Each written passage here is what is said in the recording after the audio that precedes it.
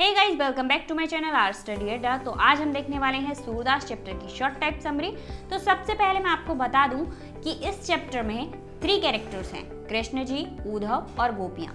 उद्धव और जो गोपियाँ होती हैं उनके बीच बात हो रही होती है कृष्ण जी की वजह से, और कृष्ण जी भेजते हैं उद्धव को गोपियों के पास समझाने के लिए। ठीक है, तो आइए इस चैप्टर में देखते हैं कि उद्धव और गोपियों के बीच आखिर क्या क्या बातें होती हैं।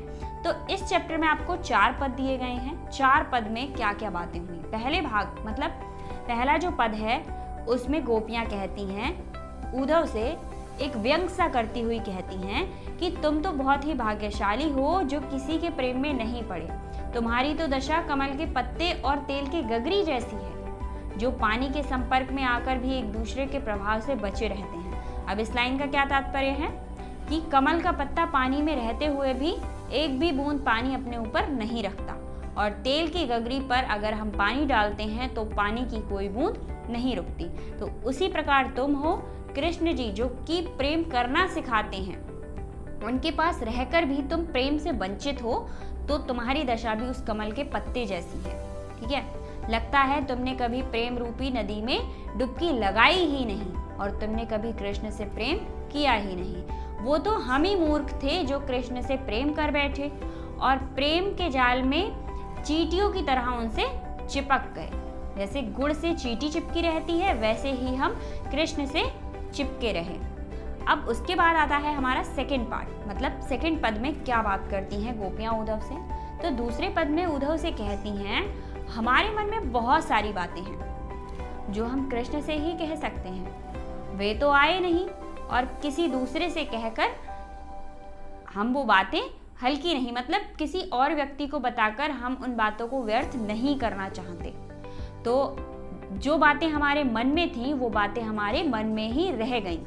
हम सब कृष्ण के आने की प्रतीक्षा में पहले ही दुख सह रहे थे, लेकिन वे स्वयं तो आए नहीं, उनके स्थान पर योग का संदेश भेज दिया। हम सब एक तो पहले से ही बहुत दुखी थे, योग संदेश के आने से इसका आकार और बढ़ गया, मतलब दुख और ज्यादा बढ़ गया। जहां से हम कुछ अच्छे समाचार आने की आशा कर रहे थे, वहीं से योग रूपी पूरी की पूरी धारा वही चली आ रही है। अब हमसे धैर्य नहीं रखा जाता।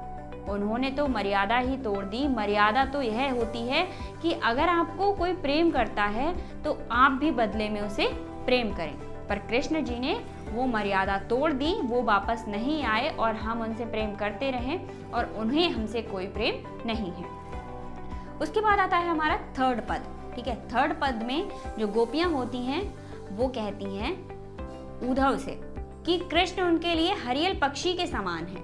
हरियल पक्षी से कृष्ण जी की तुलना कर रही हैं यहाँ पर।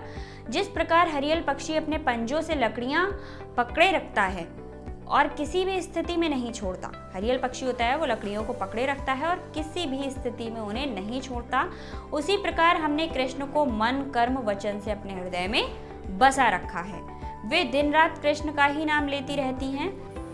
चौथे पद में गोपियां उद्धव से कहती हैं, व्यंग करती हुई कहती हैं कि तुम्हारा थोड़ा सा बोलते ही हम सारी बात समझ गए थे। कृष्ण ने अब राजनीति सीख ली है। वे चतुर तो पहले से ही थे, बहुत चालाक थे पहले से ही, अब उन्होंने राजनीति के कुछ नए नियम भी सीख लिए हैं। पहले के लोग दूसरों की भलाई के लिए आगे आ जाते थे, अब लगता है हमारा मन भी वापस मिल जाएगा जो कृष्ण जाते समय ले गए थे।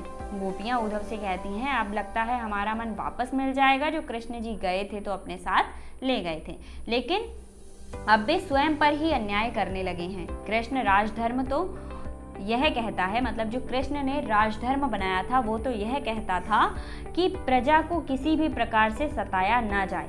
कहने का अर्थ यह था कि राजा का धर्म होता है प्रजा के दुखों को दूर करना, ना कि उन्हें दुख देना।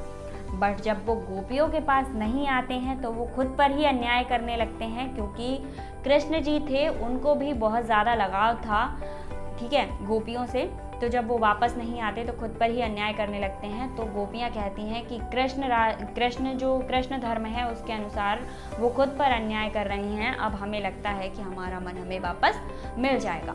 तो सूरदास चैप्टर में आपको ये 4 पद मिलते हैं देखने के लिए, जिनमें गोपियां और उद्धव बात करते हैं आपस में। और ये थी हमारी कुछ शॉर्ट टाइप समरी। अगर आपको फुल एक्सप्लेनेशन चाहिए तो डिस्क्रिप्शन में मैं आपको इसका लिंक दे दूंगी वीडियो का, वहां जाकर देख लीजिए। Thank you so much friends, मिलते हैं नेक्स्ट वीडियो में न्यू चैप्टर के साथ।